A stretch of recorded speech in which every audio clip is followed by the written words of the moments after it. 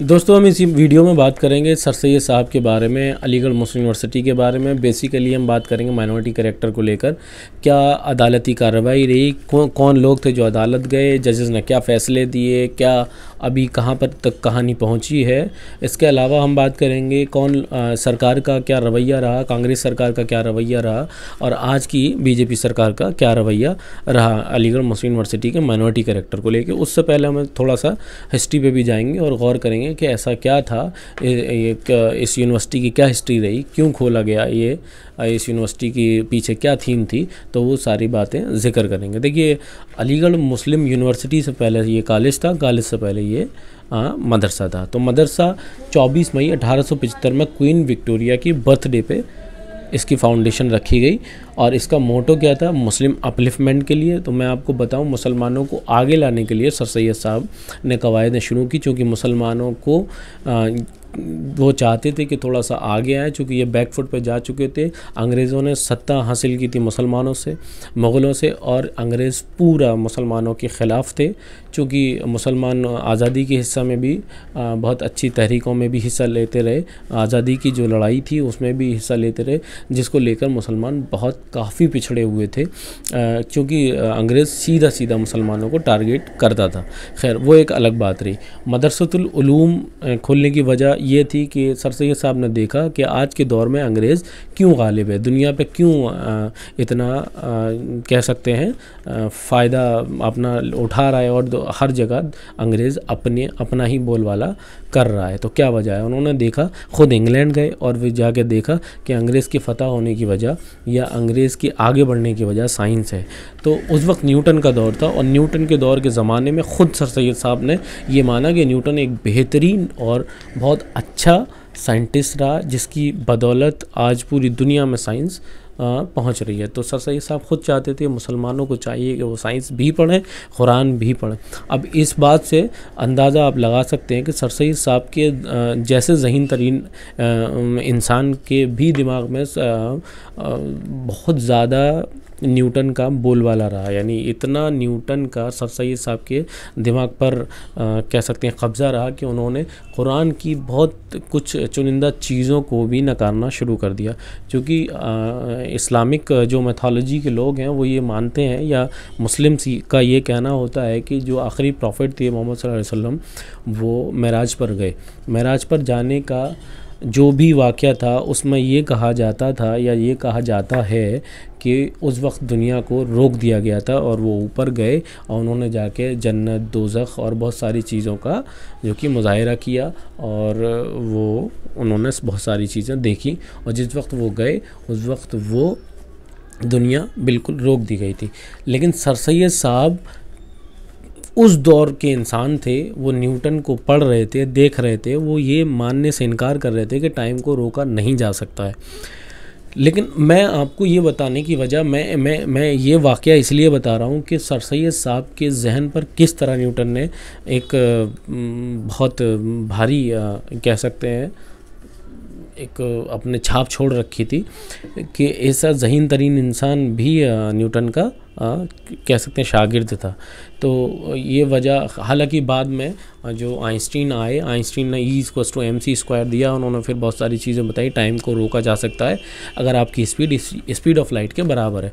खैर, वो फिर बात गलत साबित भी हुई, लेकिन मैं आपको यहाँ बताने की कोशिश कर रहा हूँ सर सैयद साहब के जहन में किस तरह न्यूटन बस चुका था। खैर, आगे बात करेंगे। 27 मई को हुआ क्या कि ये जो मदरसतुल उलूम 24 मई को जब रख दिया गया इसकी फाउंडेशन, ये आपको पता है क्वीन विक्टोरिया के जो बर्थडे सेरेमनी पे इसको फाउंडेशन किया गया। 27 मई में प्रिंसिपल अपॉइंट किया गया हेनरी सिडन, जो कि ऑक्सफोर्ड के ओल्ड बॉयज़ थे। प्राइमरी स्कूल की शुरुआत यहाँ पर 1 जून 1875 को हो चुकी थी। इसके बाद 8 जून 1877 में इस स्कूल को कॉलेज का दर्जा दे दिया गया, MAO college, Mohammedan oriental college, जिसकी फाउंडेशन जो रखी वो लॉर्ड लिटन ने रखी। उस वक्त के गवर्नर जनरल हुआ करते थे वो इंडिया के। इसके साथ साथ लॉर्ड लिटन जो थे वो वायसराय थे, 1876-1880 तक वो रहे। इसके अलावा 1886 में एक all India Muslim education conference हुई, जिसमें इस कॉन्फ्रेंस का मकसद वही था कि किस तरह से मुसलमानों को अपलिफ्ट किया जाए जो कि बहुत बैकवर्ड हो चुके हैं, और एक कमेटी तैयार की गई 1898, यानी इतना टाइम आगे जाते जाते सर सैयद साहब कॉलेज तो देख चुके थे लेकिन वो यूनिवर्सिटी नहीं देख पाए। और इसी बीच 1898 में बदकिस्मती से 27 मार्च को सर सैयद साहब वफ़ात कर गए, यानी उनकी डेथ हो गई। इसके बाद मार्च के बाद अगले महीने ही अप्रैल में एक मीटिंग रखी गई यूनिवर्सिटी की एफिलिएशन के लिए, जिसमें गवर्नमेंट ने डिनाई कर दिया, यूनिवर्सिटी का दर्जा देने से इनकार कर दिया। वहीं 1915 की तक आते आते सेंट्रल हिंदू कॉलेज जो था वो BHU का दर्जा प्राप्त कर चुका था। इसके अलावा अगर हम बात करें, गवर्नमेंट ने 1915 में ये एक्सेप्ट किया, BHU को तो माना, उसके बाद AMU के लिए यानी अलीगढ़ मुस्लिम यूनिवर्सिटी जो कॉलेज था उसको AMU का दर्जा देने के लिए कुछ कंडीशंस रखी, और कंडीशंस के साथ साथ 30 लाख का फ़ंड रेज़ करने के लिए कहा गया। उस वक्त 1919 में खिलाफत मूवमेंट स्टार्ट हो रहा था। उस वक्त गांधी जी जो थे खिलाफत मूवमेंट के बानी थे इंडिया के, क्योंकि खिलाफत जा रही थी और उसको बचाने के लिए ये मूवमेंट तैयार किया गया। मोहम्मद अली जौहर साहब और शौकत अली साहब ने कहा जो AMU के लिए फ़ंड यानी इस कॉलेज के लिए फ़ंड रेज़ किया जा रहा है, क्यों ना हम इस फंड को खिलाफत मूवमेंट को दे दें। हालांकि उस वक्त जो प्रिंसिपल हुआ करते थे सर ज़ियाउद्दीन साहब, उन्होंने बिल्कुल नकार दिया। उन्होंने कह दिया इससे छेड़छाड़ नहीं किया जाएगा, इस मदरसे को या इस कॉलेज को यूनिवर्सिटी के लिए ही, इस पैसे को यूनिवर्सिटी के लिए ही आगे के लिए हम इसको पैसे को सरकार को दिखाएंगे और AMU को मान्यता प्राप्त दिलाएंगे। खैर 19 सितंबर 1920 में MAU कॉलेज को AMU का दर्जा दे दिया गया 1920 के अंदर। उसके बाद 1 दिसंबर में ये इफेक्टिव हुआ, यानी ये लागू किया गया। ये 1920 के एक्ट के थ्रू ये यूनिवर्सिटी को चलाया गया, मतलब जो दर्जा दिया गया 1920 एक्ट, AMU एक्ट करके इसको जाना जाने लगा।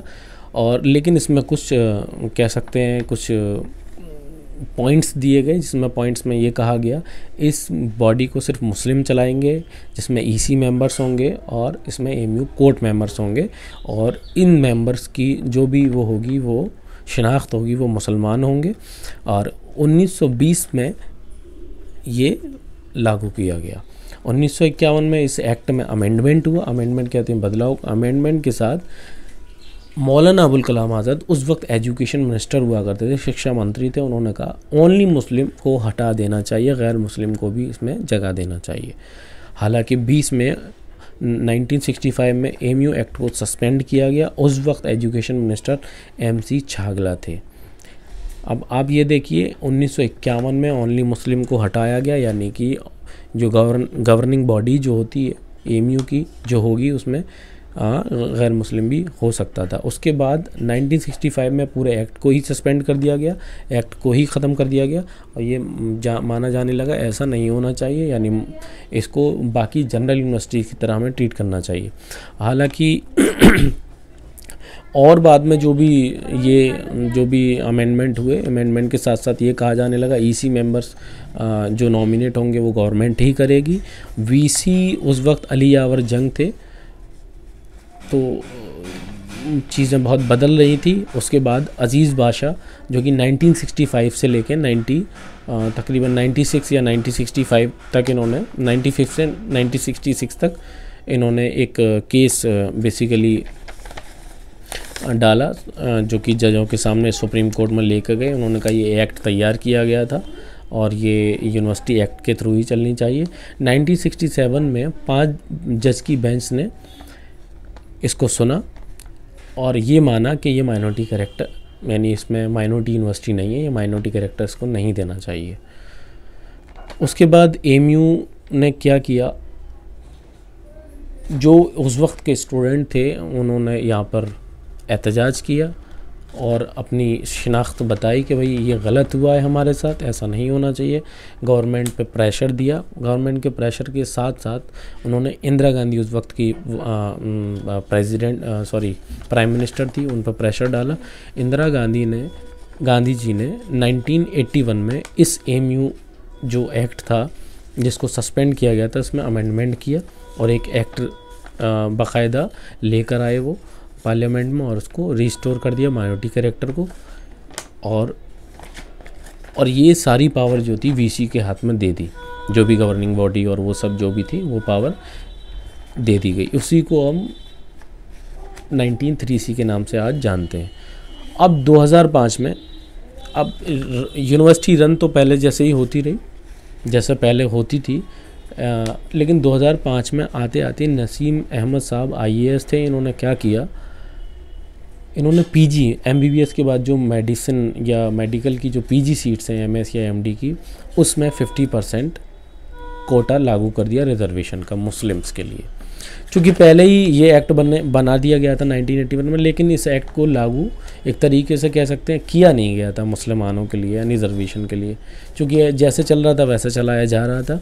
लेकिन बाद में नसीम साहब ने 2005 में इस मेडिकल की पीजी की सीट में 50% रिजर्वेशन लागू कर दिया। इससे पहले जो हुआ करता था इंटरनल कोटा हुआ करता था, जो आज भी है।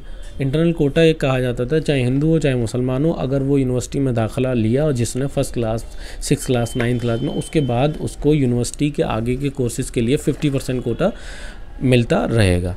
लेकिन 2005 में नसीम साहब ने कुछ ऐसा चेंजेस किए, क्योंकि उनका हक भी था, क्योंकि यूनिवर्सिटी 1981 के एक्ट के तहत माइनॉरिटी थी। उसके बाद नरेश अग्रवाल नाम का जो भी शख्स थे वो हाई कोर्ट गए। हाई कोर्ट में इन्होंने केस लड़ा और उन्होंने बताया कि जो पीजी में किया गया है कोर्स, जो 50% कोर्स मुसलमानों के लिए जो रिज़र्व किया गया ये गलत है। तो इस पे सुनवाई हुई और 1981 में इस एक्ट को गलत कर दिया। नरेश अग्रवाल के केस में 2005 में 1981 वाले एक्ट को गलत साबित कर दिया हाई कोर्ट ने और कह दिया ये ऐसा नहीं है, AMU माइनॉरिटी इंस्टीट्यूशन नहीं माना जाएगा। अब हुआ ये कि ये सुप्रीम कोर्ट चले गए। AMU के जो भी एडमिनिस्ट्रेशन थी वो सुप्रीम कोर्ट चली गई। पहले 2 जज की बेंच ने सुना, फिर 7 जज की बेंच ने सुना। इसमें राजीव धवन और कपिल सिब्बल साहब ने अपनी अपनी बातें रखी। 2006 में हुआ क्या कि मनमोहन सिंह की सरकार ने एक एफिडेविट दाखिल किया कि हम इसको माइनॉरिटी इंस्टीट्यूट मानते हैं। हमारा यानी सुप्रीम कोर्ट को अपना जो स्टैंड क्लियर करके दिया, वो कहा कि हम इसको माइनॉरिटी इंस्टीट्यूट मानते हैं। 2014 में आते आते बीजेपी गवर्नमेंट ने, चूँकि ये केस सुप्रीम कोर्ट में चल रहा था, चूँकि हाई कोर्ट से AMU हार चुका था, हाई कोर्ट से हारने के बाद में AMU चला गया सुप्रीम कोर्ट। 2 जज की बेंच ने सुना, फिर ये 7 जज की बेंच ने सुना। उसके बाद में जो चल ही रहा था, मतलब कार्रवाई जो सुनवाई थी वो चल ही रही थी। इस दौरान 2006 में एक एफिडेविट कांग्रेस सरकार ने दे दिया कि हम इसको माइनॉरिटी कैरेक्टर इंस्टीट्यूट मानते हैं, इसीलिए इसको माइनॉरिटी कैरेक्टर देना चाहिए। 2006 तक आते आते बीजेपी की गवर्नमेंट ने इसको एफिडेविट को वापस ले लिया। सरकार ने स्टैंड क्लियर कर दिया, हम इसको माइनॉरिटी इंस्टीट्यूट नहीं मानते।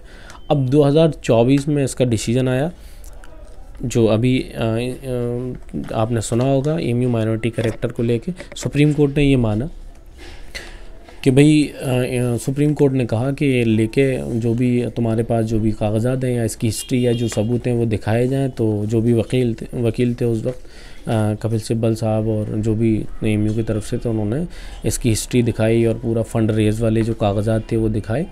तो उन्होंने ये कहा कि इसको माइनॉरिटी इंस्टीट्यूट नहीं कहें, ऐसा नहीं हो सकता। हम इसको माइनॉरिटी इंस्टीट्यूट नहीं कहें, ये गलत है, लेकिन माइनॉरिटी इंस्टीट्यूट है, इसको साबित करना होगा AMU को। हम इसको नहीं मानते हुए नहीं चल रहे हैं कि माइनॉरिटी इंस्टीट्यूट नहीं है, क्योंकि इसकी शनाख्त को देख के लगता है कि माइनॉरिटी इंस्टीट्यूट है।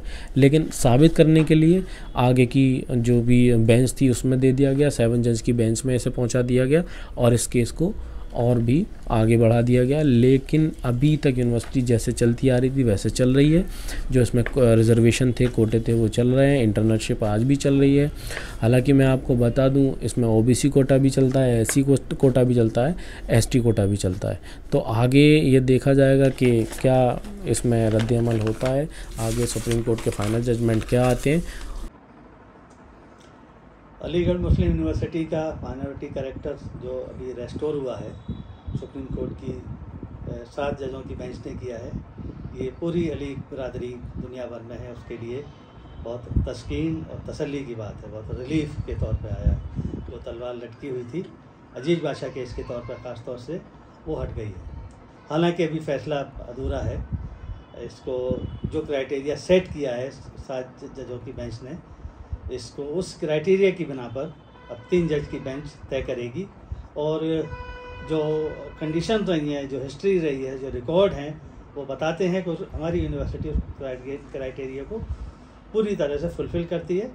तो पूरी उम्मीद है इंशाल्लाह फाइनली आने वाले दिनों में बाकायदा सुप्रीम कोर्ट की तरफ से अलीगढ़ मुस्लिम यूनिवर्सिटी एक अक़लियती इदारा है, ये चीज़ सुप्रीम कोर्ट की तरफ से डिक्लेयर हो जाएगी। इसका फ़ायदा ना सिर्फ अलीगढ़ मुस्लिम यूनिवर्सिटी को होगा, बल्कि जामिया मिलिया, जामिया हमदर्द और तमाम यूनिवर्सिटीज़ हैं, दूसरे इदारे अक़लियती इदारे हैं मुसलमानों के, दूसरी अक़लियतों के हिंदुस्तान भर में, उनको भी फ़ायदा होगा।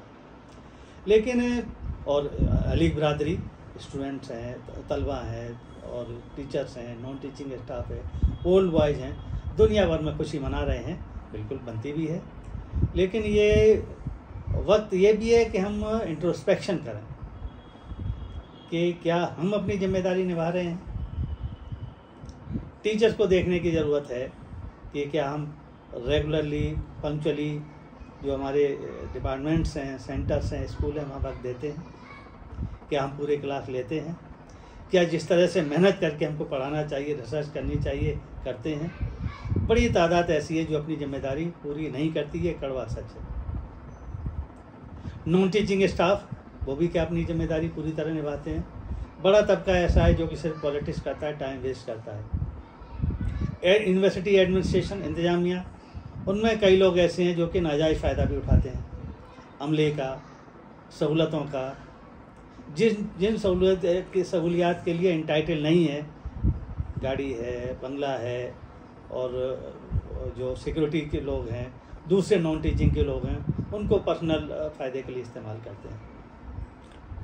स्टूडेंट्स जो बैकबोन होता है किसी भी इदारे का, हमारी यूनिवर्सिटी का ख़ास तौर से, बड़े अफसोस की बात यह है कि स्टूडेंट्स में एक तो जो अपनी जिम्मेदारी होनी चाहिए, हमको माँ बाप भेजते हैं पढ़ाई लिखाई के लिए, और बड़ी तादाद में स्टूडेंट्स ऐसे हैं जो यहाँ जिस तरह से रहते हैं, दिखावा करने के लिए जिस तरह खर्चा करते हैं, बड़ी बड़ी बाइक्स हैं, उनमें खूब पेट्रोल है, और ढाबों पर बैठकर हज़ारों रुपए वेस्ट करते हैं, उनके माँ बाप अपने खर्चे कम करके यहाँ भेजते हैं।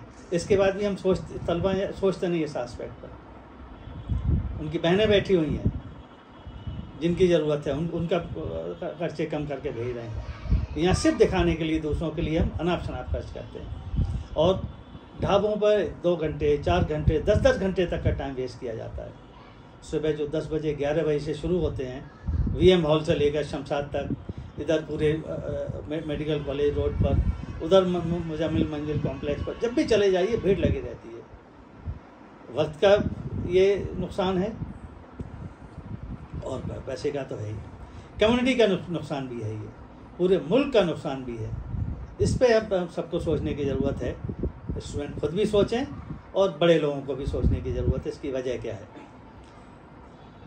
पढ़ाई लिखाई, स्टूडेंट्स आए हैं तो उनको पढ़ाई लिखाई की ज़रूरत है, उससे अपना करियर बनेगा, अपना करियर बनेगा तो घर वालों की तरक्की होगी, और एक एक घर करके पूरी सोसाइटी, पूरी कौम, पूरे मुल्क की तरक्की होगी। तो इस पर नज़रसानी करनी चाहिए। सर सैयद की स्पिरिट के अगेंस्ट बहुत सारे काम करते हैं। सर सैयद के दौरान अटेंडेंस पर एकदम सख्ती थी, सिर्फ अटेंडेंस पे नहीं, मुस्लिम तलबा के लिए, नमाज के लिए और डाइनिंग हॉल के लिए अटेंडेंस होती थी। डिसिप्लिन सख्ती से लागू था, और आज अब इन सब चीज़ों से दूर हैं।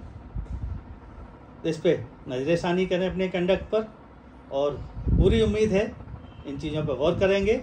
और सर सैयद के जो मैसेज में जो उन्होंने सारी अली बरादरी के लिए, आने वाली जनरेशन के लिए जो कहा, I establish this institution for you and I am sure you will carry light of the institution far and wide till darkness disappears from all around. हम पूरी अलीगढ़ बरादरी सर सैयद के इस बात पर, इस हौसले पर, इस अज़्म पर बिल्कुल खरी उतरेगी, और आने वाले दिनों में इस इदारे को, यूनिवर्सिटी को दुनिया के टॉप इंस्टीट्यूशंस में, जो कि सर सैयद चाहते थे ऑक्सफोर्ड और कैम्ब्रिज की तरह हो, हम उसी लेवल पर लेकर जाएंगे। सब लोग मिलकर काम करेंगे और इंशाल्लाह हम इसमें कामयाब होंगे।